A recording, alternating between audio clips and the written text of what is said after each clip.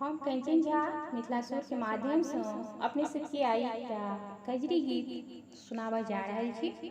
उम्मीद है जे अपने सबके गीत नीक लागत लाइक करब, शेयर करब। जे कि गोटे सब्सक्राइब नहीं केने छी से सब्सक्राइब कऽ देब, संगे बेल आइकन के दबेनाइ नहीं बिसरब। तो लिअ अपने सब सुनू कजरी गीत।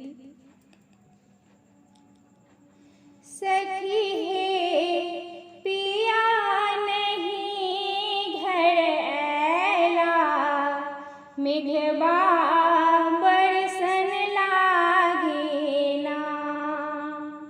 सखी हे पिया नहीं घर ऐला, मेघवा बरसन लागे ना। मेघवा बरसन लागे ना, मेघवा बरसन लागे ना।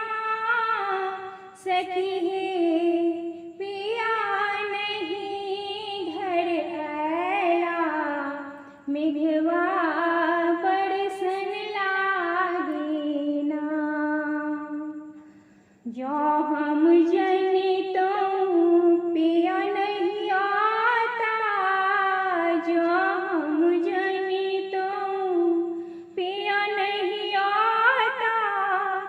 रख दो हृदय लगाई हे सखी हे, रख दो हृदय लगाई।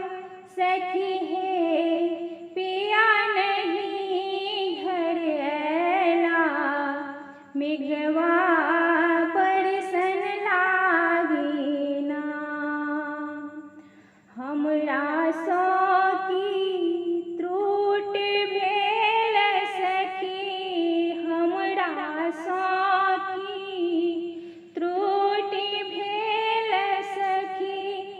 एखनो ने घर आई सखी हे, एखनो ने घर आई।